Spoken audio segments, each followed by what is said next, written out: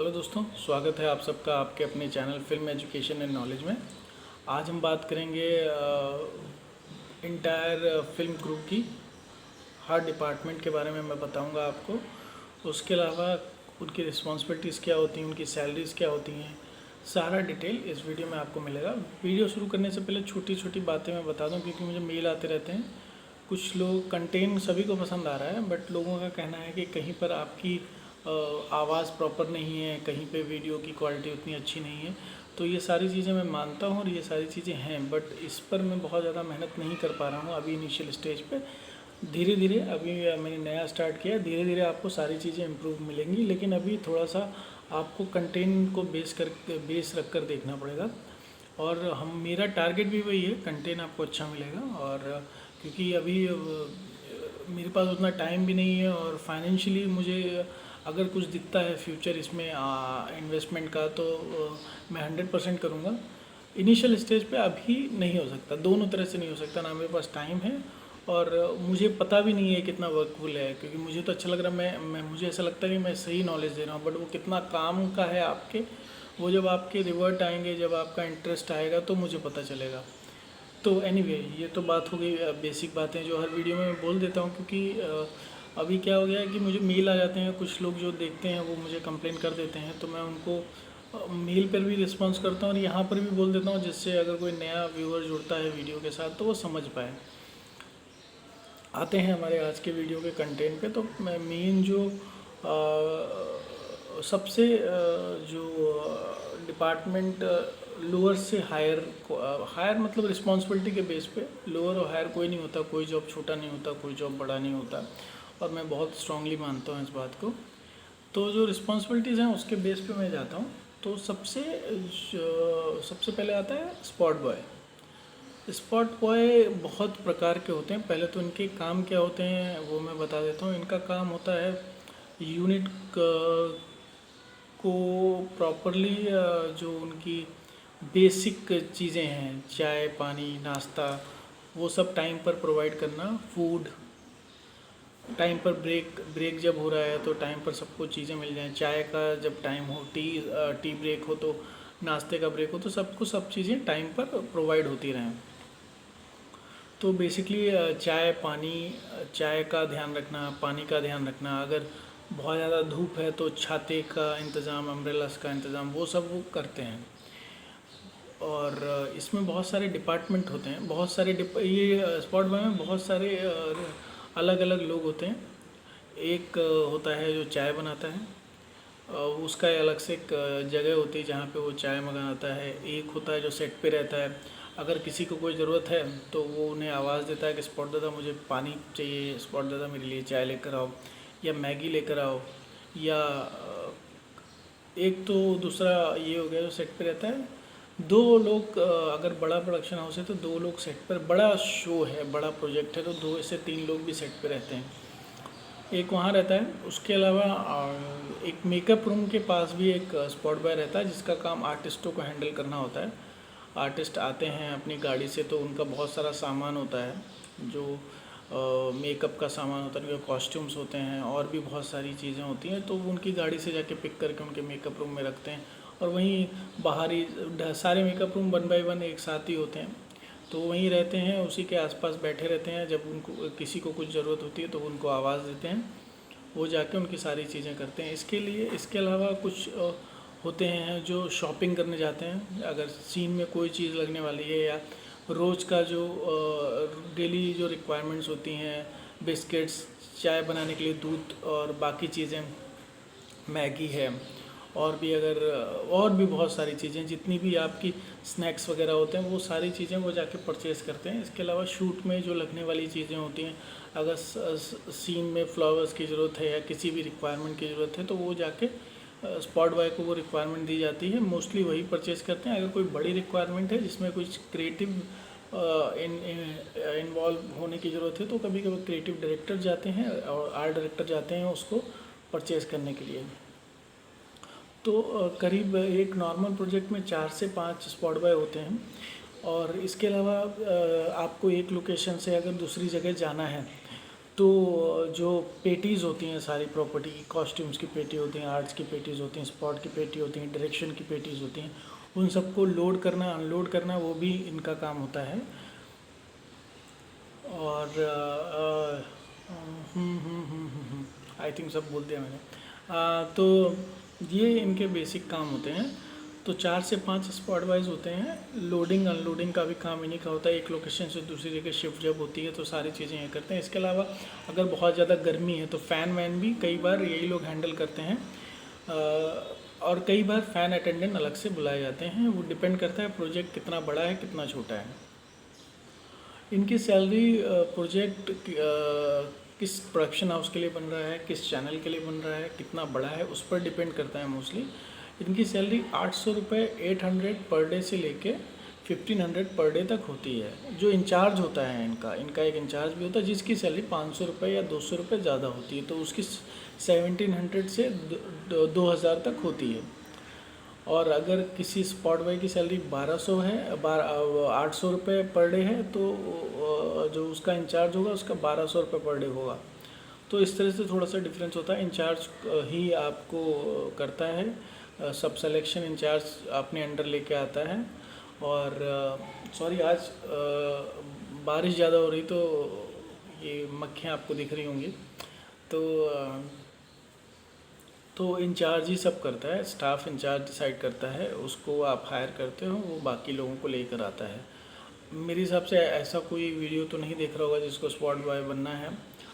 तो अगर आप फिर भी अगर कोई देख रहा है तो अगर इनिशियल स्टेज पे आके काम करना चाहता है इंडस्ट्री में, धीरे धीरे इस तरह की सोच रखता है वो, तो आप स्पॉट बॉय से शुरू कर सकते हैं। उसके लिए आपको एक कार्ड बनवाना होगा। और उसके अलावा जो आप किसी भी शूटिंग में जाइए, स्पॉट इंचार्ज से मिलिए, उनसे बात कीजिए। मोस्टली लोग रख लेते हैं और क्योंकि इसमें कोई ऐसी कोई डिग्री या उसकी ज़रूरत नहीं पड़ती है और आप जुड़ सकते हैं और काम स्टार्ट कर सकते हैं। और इनिशियल स्टेज पे रख लेते हैं। चाय बनाना सबको आता है, पानी पिला सकते हो आप, बेसिक जो चीज़ें होती हैं उसका नॉलेज कोई भी धीरे धीरे सीख लेता है। जैसे स्टार्ट होता है, हम गणपति रोल से स्टार्ट करते हैं। गणपति का जो सेटअप होता है वो स्पॉट वाले ही रेडी करते हैं, कई बार आरती भी वही करते हैं। और भी ऐसी छोटी छोटी जो चीज़ें, पूरा स्टाफ का जो ध्यान रखने का काम है, अगर मैं वन लाइन में उनकी रिस्पॉन्सिबिलिटी बोलूँ तो यही है। खाना आता है 12 साढ़े 12 बजे तक, तो उसको प्रॉपरली सेटअप करना। हर डिपार्टमेंट का डिवाइड करते हैं, डायरेक्शन का अलग सेटअप रखते हैं, खाने का राइटर्स का अलग होता है, डायरेक्शन का अलग होता है, कैमरामैन का अलग होता है। इस तरह से डिवाइड करते हैं डिपार्टमेंट वाइज वो सारी चीज़ें। फूड डिस्ट्रीब्यूशन का भी काम उन्हीं का होता है। पूरा जो ये डिपार्टमेंट है वो सारी चीज़ें वो लोग देखते हैं। अब मैं एक बात और बताना चाहूँगा, किसी को अगर ये छोटा बड़ा लग रहा है कि ये नहीं करना चाहिए, मैंने डायरेक्शन का कोर्स किया था Asian academy film and television से। उसके बाद जब मैं बॉम्बे आया तो 6 से 7 महीने तक स्ट्रगल किया था, मुझे कोई काम नहीं मिला था। और जाहिर सी बात है, यही मकसद मेरा मेन है कि ताकि मैं आप सबको बता सकूं, क्योंकि इतना स्ट्रगल किया है मैंने और मेरे को कोई गाइड करने वाला नहीं था। मैंने स्पॉट बॉय का भी काम किया था और कुछ दिन किया था, बट क्योंकि मेरा जो इंचार्ज था, स्पॉट इंचार्ज, उसे पता चला तो कुछ देर बाद कि मेरे पास कार्ड नहीं है और मुझे ये पता भी नहीं था कि कार्ड बनवाना पड़ता है। फिर उसने मुझे निकाल लिया था। तो कुछ दिन किया था, बट मुझे पर डे का करीब 550 रुपये वो मुझे देते थे। बहुत टाइम हो गया इस बात को। 500 550 रुपये देते थे। इसके अलावा नाइट अलाउंस मुझे मिलता था। अगर 2 बजे के बाद हमारा पैकअप होता था तो मुझे नाइट अलाउंस भी देते थे 50 रुपये। तो इस तरह से मैंने अपनी चीज़ें स्टार्ट की। लेकिन उससे मुझे बेनिफिट ये हुआ था, वहाँ मेरे कुछ लिंक बन गए थे।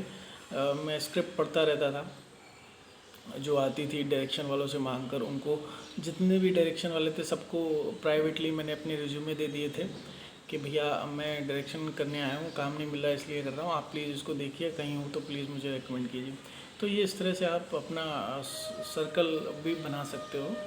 मैंने ये किया था। हालांकि मुझे इससे तो पहला काम नहीं मिला, बट कुछ रिलेशन ज़रूर बन गए थे। आगे चल के मुझे काम भी मिला, बट इनके थ्रू नहीं मिला। फिर इनसे भी दोस्ती हो गई। फिर इनके थ्रू भी जब मैंने कुछ कर लिया था, क्योंकि मैं करता था तो मैं बता देता था कि अब मैंने एज ए TCR-AD काम कर रहा हूँ, इतने साल से कर रहा हूँ, ये कर रहा हूँ, वो कर रहा हूँ। तो फिर आगे चल के इनमें से कई लोगों ने मुझे बुलाया भी अपने साथ काम करने के लिए, डायरेक्शन वालों ने। तो धीरे धीरे इस तरह से भी आप चीज़ें कर सकते हो। इसके अलावा पर्सनल एक्टर और डायरेक्टर भी अपने बॉय रखते हैं, तो उनकी भी सैलरी 1500 से 2000 के बीच में होती है। उनका काम सिर्फ एक्टर की देखभाल करना होता है। ये सारी चीज़ें जो मैंने स्पॉट का जो सारा काम बताया वो सिर्फ एक आदमी के लिए करते हैं, जो उनका पर्सनल एक्टर होता है। उसके लिए चाय पानी खाना नाश्ता और भी जो उसकी ज़रूरतें हैं उसका ध्यान रखना है। स्क्रिप्ट भी संभाल कर रखते हैं, असिस्टेंट से भी वो कोऑर्डिनेट करते हैं कि सर आ गए हैं आप प्लीज़ उनको स्क्रिप्ट दे दो, या मैम आ गई उनकी स्क्रिप्ट दे दो। तो ये सारी चीज़ें भी वो करते हैं। तो ये जो चीज़ें हैं ये स्पॉट बॉय का काम होता है। उसके बाद आते हैं सेटिंग जो डिपार्टमेंट है वो आर्ट डायरेक्टर का एक पार्ट होता है। सेटिंग जो बंदे होते हैं उसमें बहुत सारे डिपार्टमेंट होते हैं। कारपेंटर होता है और पेंटर्स होते हैं, बहुत से डिपार्टमेंट अलग अलग होता है। आप किसी भी लोकेशन को अगर रेडी करना है, मतलब आप एक लोकेशन पे शूट कर रहे हैं उसके बाद आप दूसरी लोकेशन पे जाना है, तो ये सेटिंग वालों का काम होता है कि वो उसको रेडी करते हैं। आर्ट डायरेक्शन से जितना रिलेटेड काम होता है वो उसको रेडी करते हैं। सपोज टू भी ये एक शूट है जहाँ पर मैं बैठा हूँ, तो पीछे आप ये छाता देख रहे हैं, ये लगाना डिसाइड करेगा आर्ट डायरेक्टर, बट इसको लेके आएगा सेटिंग वाले, लेकर आएंगे, इसको लगाएंगे। फ्लोर को साफ़ करना, ठीक है। मैं अगर एक चेयर पे बैठा हूँ तो इस चेयर को यहाँ पर ला के प्लेस करना, कैमरे के सामने एक टेबल रखना, जो भी सीन की रिक्वायरमेंट है वो उन्हें बताई जाती है। इस फ्लोर को साफ़ करना, झाड़ू पोछा करना, अगर बेडरूम है तो उसकी पूरी प्रॉपर्टीज़ का अरेंजमेंट करना, वो सारे कॉल क्या रहेगा, वो प्रॉपर्टी क्या रहेगी वो आर्ट डायरेक्टर डिसाइड करता है, बट वो पूरा काम करवाता सेटिंग वालों से है। 5 से 7 सेटिंग वाले होते हैं नॉर्मल शूट पे, और वो पूरा सेट का सेट में जितनी भी प्रॉपर्टीज़ लगने वाली होती हैं वो बताता आर्ट डायरेक्शन वाले लोग हैं, और आर्ट डायरेक्टर बताता है, डायरेक्शन वाले लोग हैं वो बताते हैं, क्रिएटिव बताता है, लेकिन इसको फॉलो और मैनेज करते हैं सेटिंग वाले। सीन में अगर किसी को पानी का ग्लास देना तो ग्लास वो रेडी करेंगे, पानी वो अपने पास रखेंगे। अगर कोई किचन का सीन है तो उसमें अगर गैस जलती हुई चाहिए तो वो पूरा अरेंजमेंट उनका चाहिए, पूरा सिस्टम अगर वर्किंग चाहिए तो वो उनका सेटअप होता है। इस तरह से कोई भी सेटअप है, अगर कि शादी है तो उसका पूरा डेकोरेशन आर्ट डायरेक्टर उन्हें बताता जाता है, वो उस हिसाब से करते जाते हैं।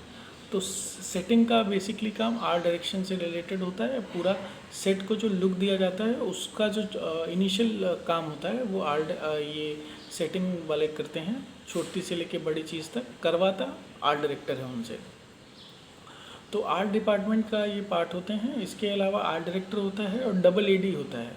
आर्ट डायरेक्टर का जो एसोसिएट आर्ट डायरेक्टर होता है वो होता है डबल एडी, बोलते हैं उसको AAD, एसोसिएट आर्ट डायरेक्टर। तो जनरली उसको डबल एडी प्रोनाउंस करके बुलाते हैं। कई बार होता है एक आर्ट डायरेक्टर एक साथ कई शो करता है, ऐसे स्पॉट बॉय के साथ भी होता है। स्पॉट इंचार्ज जो होता है एक साथ कई शो करता है, तो वो सिर्फ अपनी टीम सेट करता है और फिर और बाकी शोज़ में अपनी टीम सेट करता है और ओवरऑल देखता रहता है। ऐसे आर्ट डायरेक्टर भी रहता है। स्पॉट इंचार्ज का कम चांसेस रहते हैं कि एक साथ कई शो कर सके, बट आर्ट डायरेक्टर एक साथ काफ़ी सारे शोज़ करता है। तो हर शो में वो अपना एक डबल एडी रखता है। कुछ इंपॉर्टेंट सेटअप आते हैं, कुछ इंपॉर्टेंट सीक्वेंसेस आते हैं जिसके लिए क्रिएटिव उनको ब्रीफ देते हैं, और आर्ट डायरेक्टर आके कई बार अपने सामने वो मेन सेटअप करवाते भी हैं। तो ये आर्ट डायरेक्टर का प्रोसेस हो गया। आर्ट डायरेक्टर होता है, डबल एडी होता है, उसके नीचे फिर बहुत सारे लोग होते हैं, कारपेंटर, पेंटर और तीन और होते हैं। तो एक सेटअप में, एक नॉर्मल शूटिंग में 5 सेटिंग वाले होते हैं, एक डबल एडी होता है, एक आर्ट डायरेक्टर होता है। इनकी सेटिंग वालों की सैलरी होती है करीब 1500 से लेके 2000 तक होती है। कारपेंटर सबसे महंगा होता है, तो जिसको कारपेंटर का काम आता है वो भी इसमें अप्लाई करते हैं और अच्छा खासा पैसा इनको मिलता है रोज़ का। पर डे ये 1500 से 2000 तक लेते हैं। और अगर छोटा प्रोडक्शन हाउस है तो ये भी 800 लेते हैं। लगभग इनकी और स्पॉट बॉय की सैलरी लगभग बराबर होती है। इसके बाद आर्ट डायरेक्टर की सैलरी उसको मंथली एक पर डे का 2000-3000 रहता है। और कई बार आप अगर डेली आपका काम है, डेली टीवी शो कोई कर रहे हैं और एक कोई प्रोजेक्ट अगर आप उठाते हैं तो उसके हिसाब से भी सैलरी डिसाइड होती है ये पर डे अगर छोटा मोटा काम है तो 2000 से 5000 पर डे एक आर्ट डायरेक्टर का पर डे होता है। नॉर्मल, बहुत ही नॉर्मल शूटिंग की बात, मैं बहुत नॉर्मल चीज़ों की बात कर रहा हूँ। इसके अलावा अगर हायर चीज़ें जाती हैं तो एक आर्ट डायरेक्टर 15,000 से लेके 25,000 पर डे भी चार्ज करता है। और अगर शो वाइज बात की जाए तो 1 से 2 लाख रुपए पर मंथ भी चार्ज करता है वो। तो ये डिपेंड करता है शो टू शो कैसा क्या रहता है। एक एवरेज इनकम जो होती है 2,000 रुपये पर डे होता है, जो नॉर्मल एकदम नॉर्मल शूटिंग होती है। मोस्टली टेलीविज़न में 2,000 पर डे एक आर्ट डायरेक्टर को दिया जाता है, जिसमें उसको वो रोज़ आता नहीं है, सिर्फ एक शो से कमाता है। एक आर्ट डायरेक्टर 4 से 5 शो करता है, तो आप समझ सकते हैं एक दिन का वो कितना कमाता है। इसी तरह डबल एडी का सैलरी 1 लाख तक होता है, 50,000 से लेके 1 लाख के बीच में होता है। आइडियल सैलरी 65,000 है, जो एक नॉर्मल शो के लिए उसे मिलता है। और पर मंथ ये डबल एडी का सैलरी होता है। वो रिप्रेजेंटेटिव होता है आर्ट डायरेक्टर का, वो मेन सारे काम वही देखता है, आर्ट डायरेक्टर उसको सिर्फ सुपरवाइज करता है। सेटिंग के बाद आता है लाइटिंग। लाइटिंग डिपार्टमेंट में भी सेम चीज़ें होती हैं। लाइटिंग डिपार्टमेंट में 8 से 9 लोग होते हैं और सबका अलग अलग होता है। इनमें भी एक लाइट इंचार्ज होता है जो सारी डील करता है प्रोडक्शन के साथ कि कितने टेम्पो लाइट चाहिए, कौन कौन सी लाइट चाहिए। वो कैमरामैन से रिक्वायरमेंट लेता है, फिर प्रोडक्शन उससे उस लाइटिंग का अप्रूवल लेता है कि कैमरामैन ये लाइट मांग रहे हैं, मुझे देना है कि नहीं देना है। तो अप्रूवल देता है, तो वो सारी अरेंजमेंट वो करता है। टेम्पो वाला होता है, एक लाइट का टेम्पो जो चलाता है, उसमें भी लोग होते हैं। तो 7 से 8 लोग होते हैं। उसमें तरापा एक होता है, तरापे पे भी लोग रखते हैं। तरापे पे भी लोग रहते हैं, तो स्पेशलिस्ट होते हैं उनको वो तरापे पे रहते हैं। तरापा हैंडल करता है कोई बड़ी बड़ी लाइट्स हैंडल करता है, कोई कनेक्शन करता है लाइट का। क्योंकि कई बार होता है हमारी एक यहाँ पर शूट है, एक थोड़ा दूर शूट है, तो लाइट की जो ट्रॉलीज़ होती हैं वो उनको अरेंज करते हैं, फैलाते हैं। तो इस तरह से मिल के काम होता है। टेम्पो लाइट का लोड अनलोड करना वो इनका ही काम होता है। लाइट का टेम्पो लाइट वाले ही अनलोड करते हैं। सॉरी, इनकी भी सैलरी 1200 रुपये पर डे से स्टार्ट होती है। इंचार्ज 1500 से 2000 रुपये लेता है नॉर्मल शूटिंग में, और पर डे का ये रेंज है इनका। और इसके अलावा इंचार्ज का काम और भी होता है, जैसे लाइट अगर है, लाइट चल रही है, उसमें लाइट बल्ब फ्यूज़ हो जाता है, कभी कुछ हो जाता है, तो वो जो टेक्निकल चीज़ें हैं उनको आप इसके साथ क्या बोलते हैं, ये इन सब का भी हिसाब किताब वही रखता है, और वही जाके वो डैमेज का पैसे प्रोडक्शन से लेता है। तो वो सारी चीज़ें आर्ट डायरेक्टर, लाइट की पूरी रिस्पॉन्सिबिलिटीज़ उसकी होती हैं, और वो ही रिस्पॉन्सिबल अगर कोई लाइट अगर फूज। इसके अलावा लाइट इंचार्ज के अलावा लाइट सप्लायर होता है, जिसके लिए ये लाइट का पूरा डिपार्टमेंट काम करता है। लाइटिंग का जो पर मंथ का पैसा होता है वो उसको जाता है। मोस्टली 90 डेज़ बाद का होता है पेमेंट। अगर आज आप शूट कर रहे हैं, अगर 15-20 दिन का शूट है, तो आप उसको 90 डेज़ बाद पेमेंट करते हो। मोस्टली ऐसी डीलिंग होती है वेंडर्स के साथ। मोस्टली ये तो हर डिपार्टमेंट होता है, क्रेडिट रहता है। अगर 2-4 दिन की शूटिंग है तो फिर आपको उसको शूट ख़त्म होने के बाद पेमेंट करना पड़ता है। अगर आप आउटडोर जा रहे हैं तो आपको हर डिपार्टमेंट को थोड़ा बहुत एडवांस देना पड़ता है। तो लाइट इंचार्ज का पैसा बहुत ज़्यादा होता है, 20,000 रुपये तक होता है। लाइट इंचार्ज बोल रहा हूँ मैं। लाइट सप्लायर का 20,000 रुपये पर डे नॉर्मल शूटिंग में वो कमाते हैं लाइट से, और फिर ये बढ़ता जाता है। इसमें एक डिपार्टमेंट और होता है, कई बार वो अलग होता है, कई बार वो इंक्लूड होता है। अगर बहुत छोटा प्रोजेक्ट है तो इंक्लूड होगा इसी में। वो होता है क्रेन और ट्रॉली। क्रेन और ट्रॉली के ट्रॉली पे 2 अटेंडेंट आते हैं और क्रेन पे 3 अटेंडेंट आते हैं। उनका काम क्रेन को डिसमेंटल करना है, ऑर्गेनाइज करना है, वापस उसको सेटल करना है, उसको बनाना है। क्रेन कई पार्ट्स में होता है, उसको जोड़ते हैं, उसको डिसमेंटल करते हैं, ये काम क्रेन का होता है। उसके बाद ट्रॉली भी वही सेम चीज़ है, ट्रॉली को कनेक्ट करना। ट्रॉली शॉर्ट में चलाते भी वही लोग हैं मोस्टली। कई बार डायरेक्शन डिपार्टमेंट खुद कोई एक बंदा होता है जो डायरेक्शन डिपार्टमेंट से ट्रॉली और क्रेन ऑपरेट करता है, क्योंकि उन्हें पता होता है किस पॉइंट पर मूवमेंट स्टार्ट करना है, किस पॉइंट पर रोकना है। तो कई बार ऐसा होता है, कई बार वो खुद ही ऑपरेट करते हैं डायरेक्शन वाले, कई बार मोस्टली ट्रॉली वाले ऑपरेट करते हैं। तो ट्रॉली के लिए भी 3 लोग होते हैं, इनका भी वही होता है। ऑपरेटर का थोड़ा ज़्यादा होता है, 2,000 तक हो सकता है, 1500 से 2,000। बाकी ये जो अटेंडेंट होते हैं 1,000 से 1,200 रुपये इनका भी पर डे होता है। तो ये पूरा लाइटिंग डिपार्टमेंट हो गया। आज हमने 3 डिपार्टमेंट कवर किए। आर्ट डिपार्टमेंट पूरा कवर किया, स्पॉट कवर किया है और हमने आज लाइटिंग डिपार्टमेंट पूरा कवर किया है।